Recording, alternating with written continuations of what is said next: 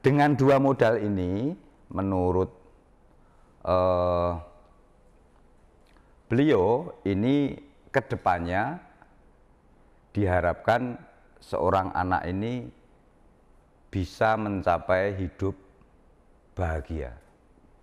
Itu Mbak, jadi kalau nanti kita kaitkan dengan tema kita yaitu profil pelajar Pancasila, nah kita ngambil yang satu ini yaitu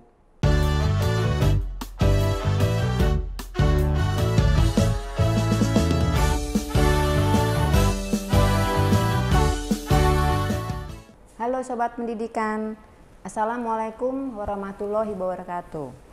Jumpa lagi di RTL, Ruang Tanpa Lobi, ruangnya BBPMP Provinsi Jawa Tengah untuk ngobrolin segala hal yang berhubungan dengan pendidikan. Kali ini kami membawakan tema Parenting Jawa, Kawruh Pamomong oleh Ki Ageng Suryo Mentaran dalam rangka mendukung terwujudnya profil pelajar Pancasila. Seperti yang kita ketahui, tujuan pendidikan saat ini adalah terwujudnya profil pelajar Pancasila. Ciri dan karakter pelajar Pancasila yang mampu menjawab tantangan untuk menjaga keberlangsungan sejarah negara NKRI. Semua sumber daya dikerahkan ke arah sana, termasuk di dalamnya ajaran-ajaran lokal kedaerahan yang sebetulnya bermakna global. Pada kesempatan kali ini, kami mencoba menggali sebuah pemikiran tentang pola pendidikan anak yang oleh beberapa kalangan diperkenalkan sebagai parenting Jawa. Pemikiran ini dikemukakan oleh Ki Ageng Suryo Mentaram. Siapa itu Ki Ageng Suryo Mentaram? Di sebelah saya sudah hadir Bapak Supriyono SEMM. Dia adalah ASN dari BBPMP Provinsi Jawa Tengah. Beliau sudah mempelajari siapa itu Ki Ageng Suryo Mentaram dari beberapa sumber. Monggo silakan Pak Supriyono. Terima kasih Mbak Lulu. Assalamualaikum warahmatullahi wabarakatuh. Om Swastiastu, Namo Buddhaya, salam kebajikan, Rahayu.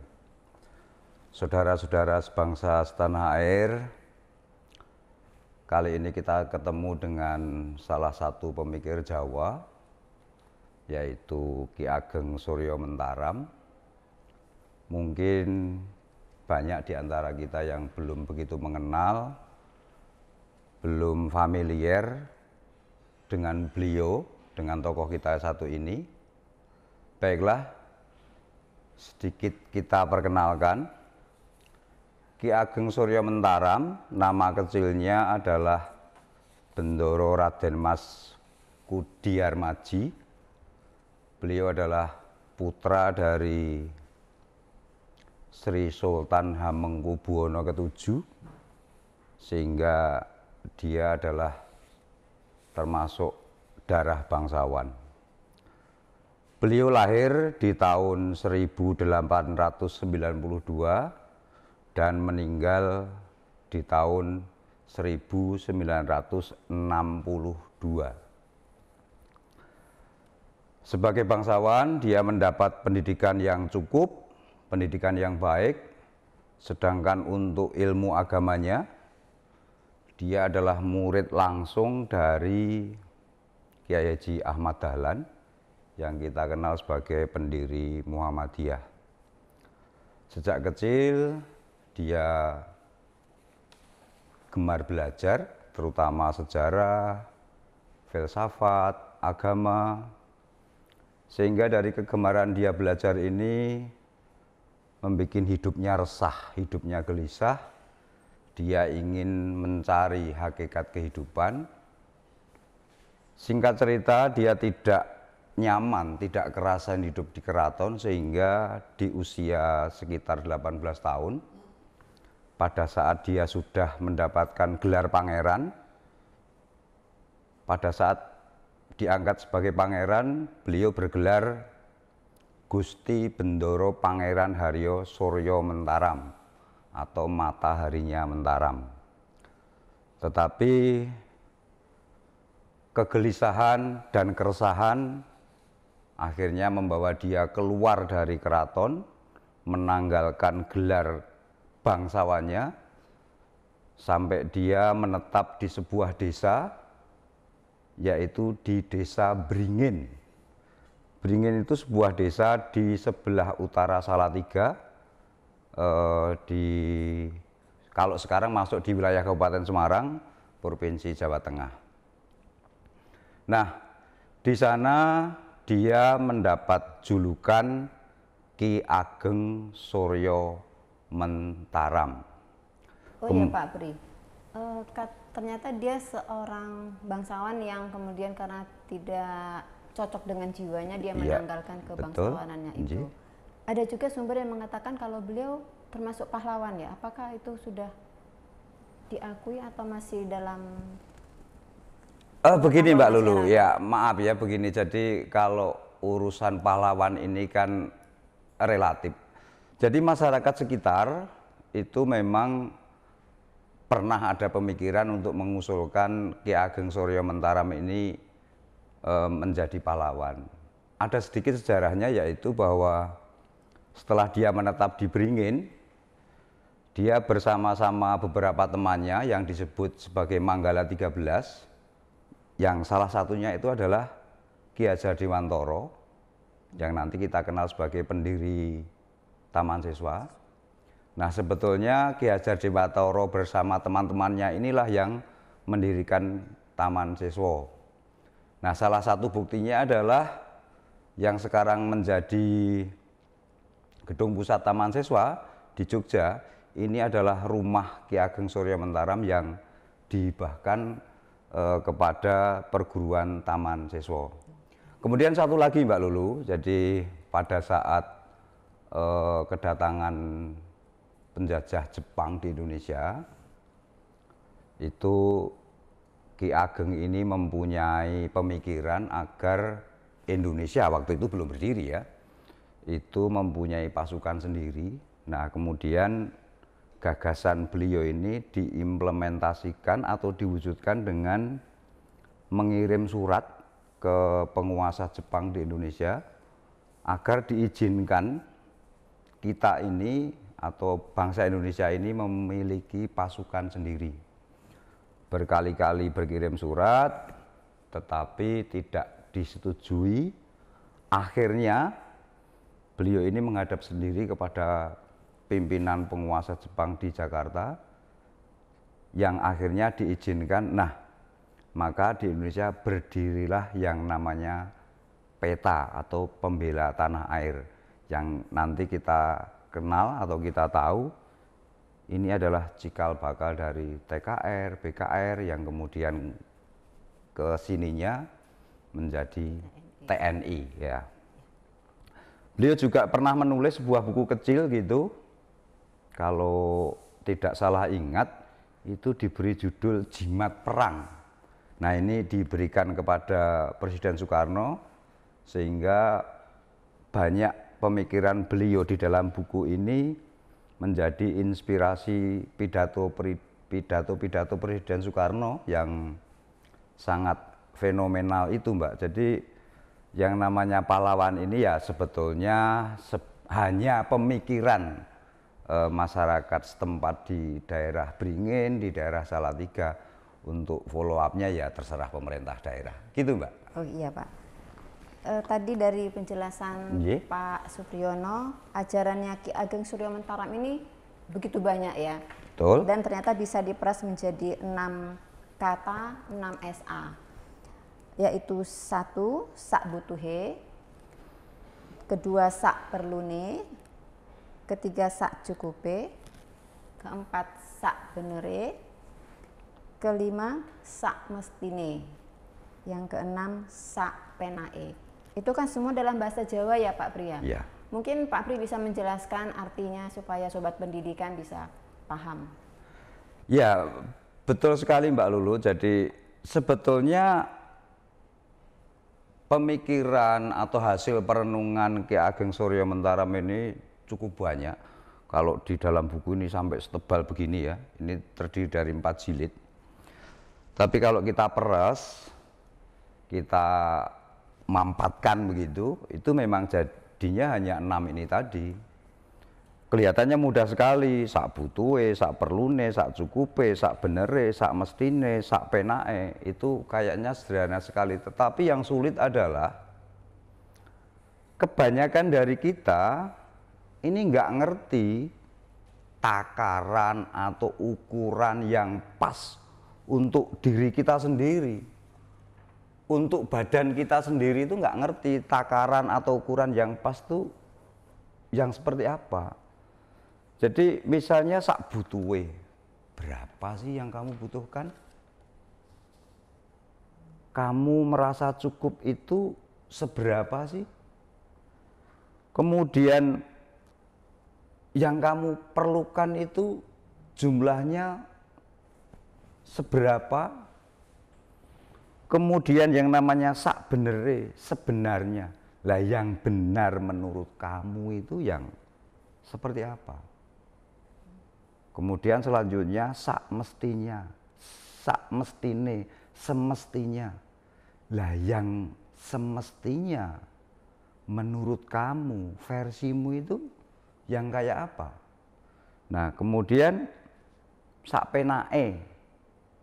Ini agak rancu kalau kita sebut sak penake, sebetulnya sak enake ini tergantung nanti di dialek daerah masing-masing, karena di bahasa Jawa banyak variannya.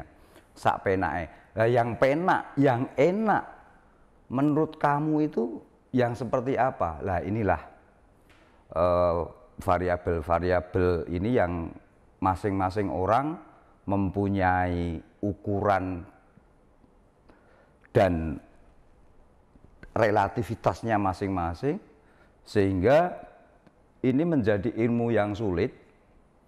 Maka Ki Ageng Surya Mentaram mempunyai sebuah pikiran bahwa untuk mengetahui takaranmu, untuk mengetahui yang pas buatmu, itu dia berkata begini,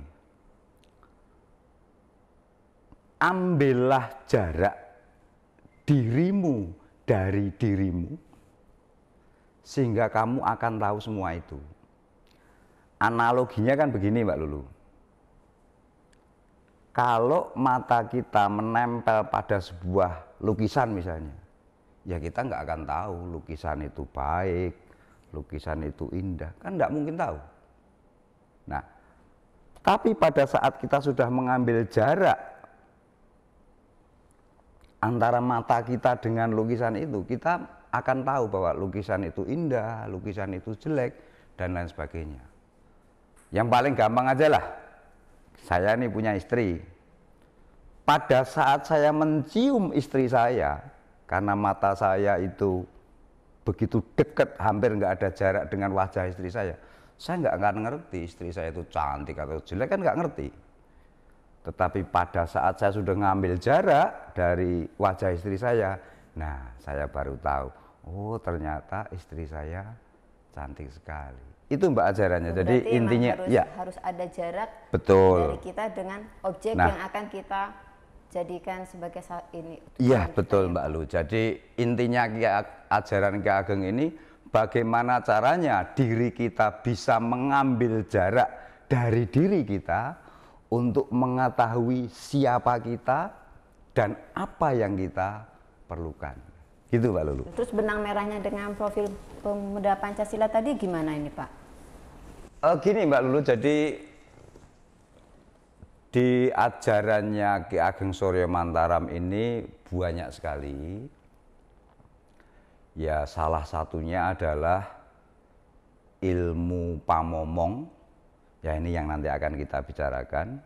Ini merupakan hasil pemikiran yang sudah pernah disampaikan di Kongres Taman Siswa di Yogyakarta di tahun 1932.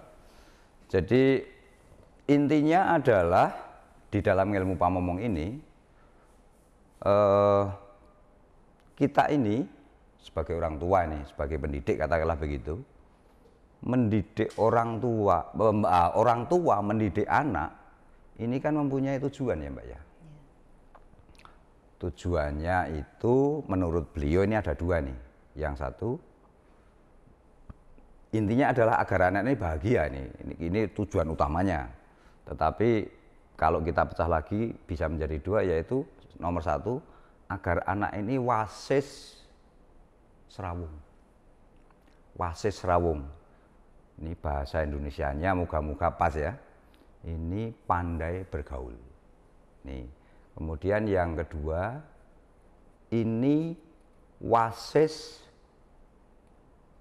golek pangupa jiwa, atau di Indonesia kan pandai mencari nafkah.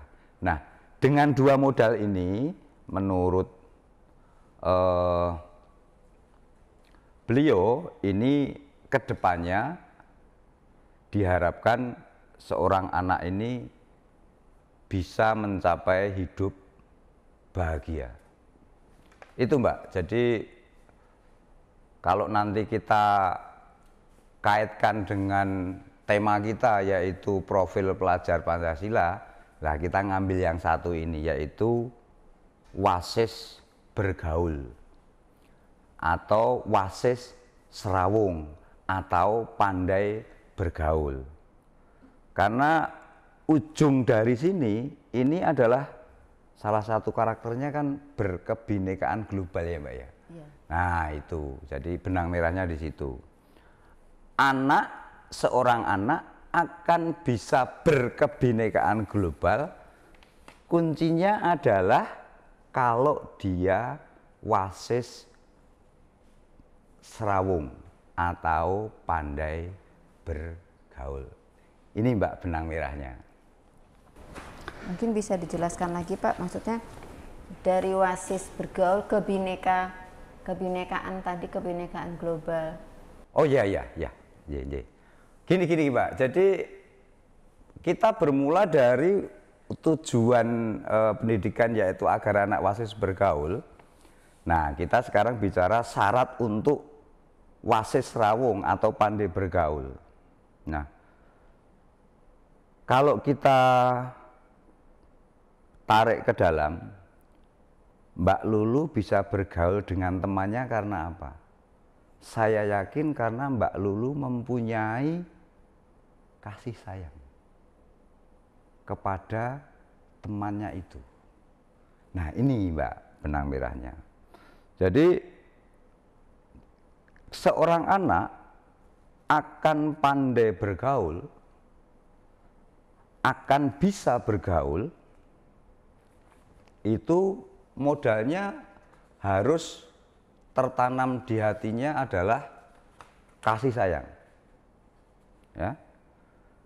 Tetapi pertanyaannya, mungkinkah dia mempunyai kasih sayang?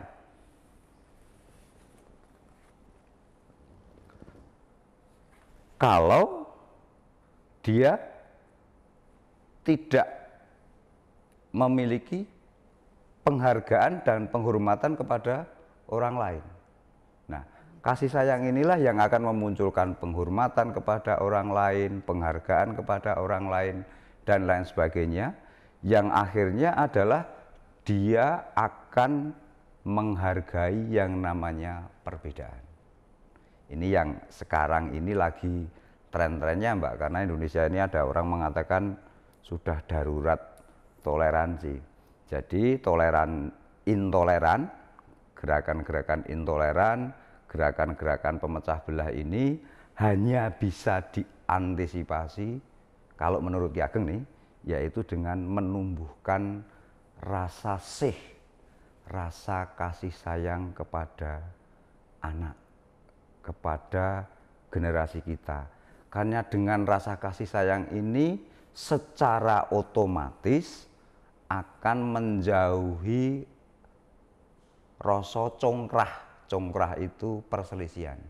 Jadi kalau sudah timbul perasaan kasih sayang, kemudian terjauh dari perselisihan, ya insya Allah kita akan bisa memasuki kehidupan global, kita akan bisa memasuki pergaulan ataupun percaturan di dunia ini dengan segala perbedaan, tetapi tetap di dalam rangka atau di dalam bingkai kemanusiaan.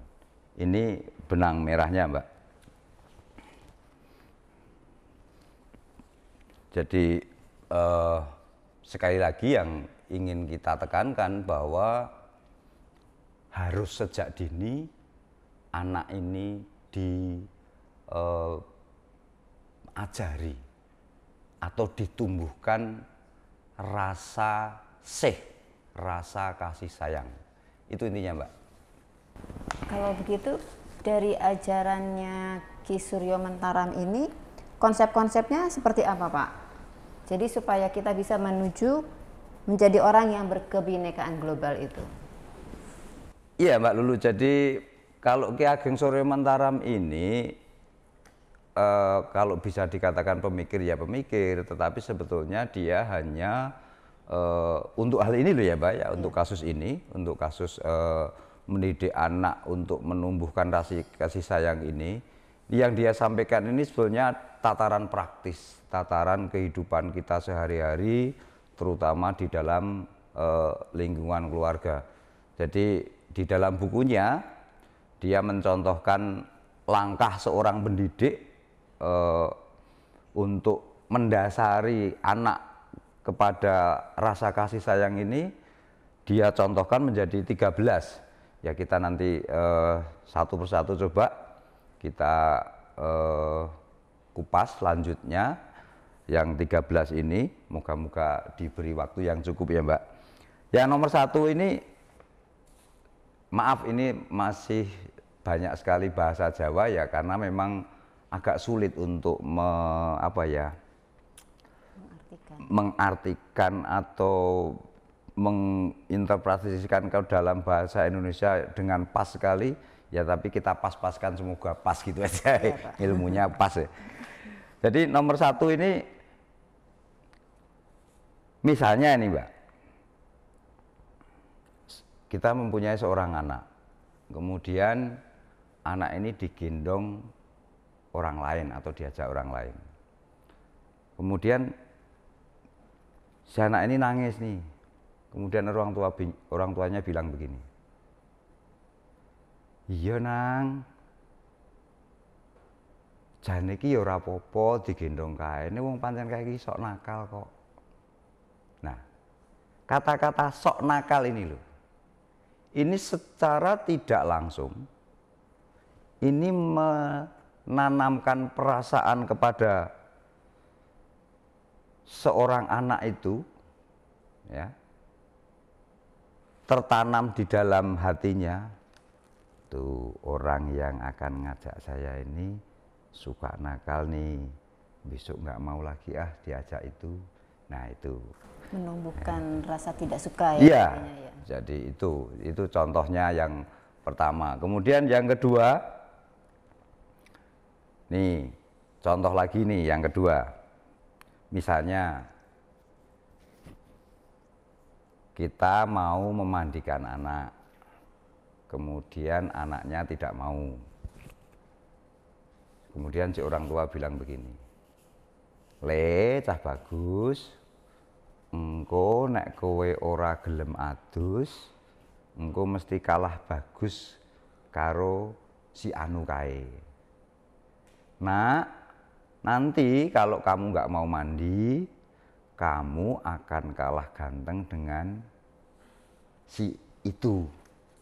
Nah, kata-kata seperti ini memberikan dasar yang tidak baik kepada seorang anak. Ya, ini membuat perasaan dia itu bukan perasaan kasih sayang terhadap si anu tadi itu atau si A itu tadi, tetapi justru sedikit banyak menimbulkan rasa benci. Betul, iya, betul, Pak. Karena dibandingkan. Karena iya, betul. Jadi dia sudah merasa, untuk saya menyamai kegantengan dia, saya harus mau mandi. Nah, itu Mbak. Jadi ajarannya memang sederhana itu. Ini memang yang sering kita lupakan di dalam kehidupan kita di rumah tangga. Contoh lagi nih yang ketiga, masih urusan mandi nih. Anak nih habis mandi kemudian main di tanah. Kemudian orang tuanya bilang, "Nang, wong baradus, mbok aja dolan yang lemah. Engko ndak diseneni bapak. Nak, wong habis mandi, jangan main di tanah, nanti dimarahi bapak."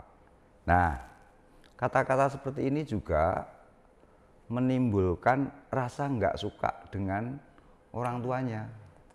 Nah, kalau tidak suka dengan orang tuanya, karena dimarahi bapaknya, nah ini sedikit demi sedikit dia akan mengurangi penghargaan dia kepada orang tuanya, menghargai penghormatannya kepada orang tua, mengurangi kasih sayangnya kepada orang tua. Nah, contoh lain lagi, Mbak. Misalnya nih, anak di dapur, kemudian dia secara tidak sengaja mecahin gelas. Kemudian orang tuanya bilang begini, "Lah dasar bocah, orang hati-hati, engko nek mecahke meneh tak seblaki lho kowe." Ini misalnya. Seorang anak bermain di dapur, kemudian mecahin gelas. Kemudian orang tuanya bilang begini, "Ah, dasar anak nggak hati-hati, nanti kalau mecahin lagi tak pukul kamu." Nah, ini menimbulkan rasa takut kepada anak untuk berbuat salah. Berbuat salah harus dihindari, tetapi tidak boleh takut untuk berbuat salah. Nah, ini menimbulkan rasa yang antipati anak kepada orang tuanya, menimbulkan ketidakmauan dia untuk mengakui kesalahannya. Akhirnya nanti misalnya nih, suatu saat dia mecahin gelas lagi, dia tidak mau ngomong. Dia cenderung akan menyembunyikan kejadian itu. Selanjutnya ini contoh, memang yang disampaikan oleh Ki Ageng ini hanya contoh-contoh perlakuan kita terhadap anak. Contoh lagi, Mbak, kita mau pergi, nggak mau ninggalin anak, anaknya nggak mau dibawa maksudnya. Tetapi anak ini diberitahu dengan cara dibohongi. Nah, ini kan nggak benar juga. Nah, karena pada satu saat dia akan tahu bahwa itu dibohongi. Nah, ini jangan sampai, ini hanya akan menjauhkan seorang anak dari rasa kasih sayang itu. Nah, yang lebih parah lagi, contoh ini, yang lebih parah lagi. Ada teman, tetangga mau main ke rumah kita. Kemudian orang tuanya begini, "Nang, dolanane didelikke, wong sok kae iki cah nakal. Nak, itu loh, temenmu mauin ke sini, mainannya disembunyikan, itu anak nakal." Lah, ini kan ngajari anak untuk curiga, untuk mempunyai perasaan jelek kepada temannya. Ini kan berbahaya sekali. Coba setiap anak direcoki pemikiran seperti itu, bahwa temennya itu jahat, temennya itu jelek, temennya itu suka mencuri. Ini enggak sadar kita, nanti setelah tumbuh dewasa, pikiran ini akan tertanam terus. Mudah curiga. Iya. Maka maaf ya Pak Lulu, bukan pemikiran yang yang wow begitu, Ki Ageng Surya Mentarami. Pemikirannya sederhana sekali, membumi sekali. Memang ini yang harus kita tanamkan kepada anak-anak itu. Contoh lagi, berbahayanya pendidikan kita. Anak kita bertengkar nih dengan temennya. Lah, kemudian sampai di rumah, kita tidak mau menanyakan apa yang terjadi, kita tidak mau bertanya kronologinya seperti apa, karena kebanggaan dan egoisme kita sebagai orang tua. Ya yang penting anak saya benar, yang penting anak saya tidak bersalah. Dan ini kata-kata seperti itu kita sampaikan di hadapan anak. Coba bayangkan apa yang tertanam di dalam benak anak, bahwa saya benar, bahwa seandainya saya salah pun orang tua saya akan tetap membela, orang tua tetap akan membenarkan. Ini Mbak Lulu, ini yang bahaya. Ya, akhirnya yang muncul apa? Ya orang-orang ya hanya benarnya sendiri itu, tidak pernah mau menghargai bahwa orang lain itu juga punya kebenarannya sendiri. Nah, kemudian yang berbahaya juga, nah ini anak sering dipuji-puji nih Mbak. Baik, dalam tataran tertentu ini baik, bahwa memuji anak itu iya.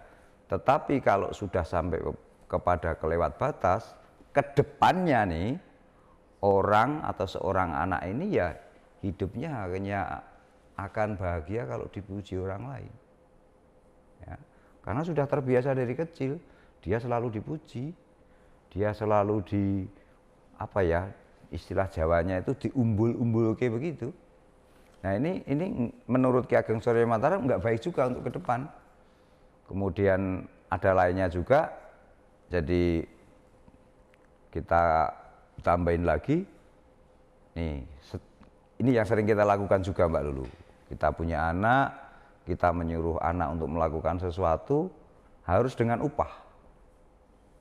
Ini juga berbahaya untuk kedepannya, karena anak ini melakukan sesuatu tidak berlandaskan bahwa itu sebuah kewajiban, tidak berlandaskan bahwa itu sebagai bentuk bakti kepada orang tua, tapi ya karena mengharapkan upah itu tadi. Jadi itu Mbak Lulu, kalau kita kaji satu persatu akan memakan banyak waktu. Ini hanya clue-clue saja. Mungkin dalam kesempatan yang akan datang kita bisa menggali secara lebih rinci, secara lebih detail. Ya nanti Mbak Lulu belajar bahasa Jawa lagi, biar ini bukan masalah bahasa Mbak Lulu, tetapi masalah pencapaian. Jadi memang saya sendiri masih agak sulit untuk mencari padanan kata yang pas dari bahasa Jawa ke bahasa Indonesia. Maka ini saya kurangi sedemikian rupa, dan saya hanya cuplek-cuplek saja, saya hanya kutip-kutip saja, karena kalau kita harus rinci satu persatu yang 13 inilah sampai berapa waktu yang kita gunakan. Itu Mbak, sedikit pemikiran dari Ki Ageng Surya Mataram. Semoga-moga ada manfaatnya. Minimal ini hanya sebagai perkenalan lah, nanti untuk mengkaji lebih lanjut pemikiran-pemikiran Ki Ageng Surya Mataram bisa kita diskusikan di kesempatan yang lain. Begitu Mbak. Ternyata ajaran-ajarannya Ki Ageng Surya Mataram ini banyak dalam kehidupan sehari-hari kita ya Pak ya. Yang sering kita sebagai orang tua, tujuan kita mungkin dari sisi kita positif, tapi ternyata itu akan membentuk si anak menjadi tidak toleransi, hanya menghargai diri sendiri, egois, seperti itu ya Pak ya. Ya. Jadi memang itu Mbak, pemikiran Ki Ageng Surya Mataram ini adalah sari dari kehidupan, dari inti dari kehidupan, maka yang dia sampaikan juga kejadian yang ada di sekeliling kita sehari-hari. Gitu Mbak. Demikian Sobat Pendidikan, terima kasih Pak Supriyono. Sobat Pendidikan, mungkin ada yang ingin lebih dalam lagi mengetahui mengenai Ki Ageng Surya Mataram, bisa menghubungi Pak Supriyono. Dia selalu standby di kantor BBPMP Jawa Tengah. Bisa ke nomor WA pribadi atau bisa juga melalui kantor. Atau ada yang ingin bertanya, juga bisa menuliskan pertanyaannya pada kolom di bawah video ini. Demikian Sobat Pendidikan, wassalamualaikum warahmatullahi wabarakatuh. Waalaikumsalam.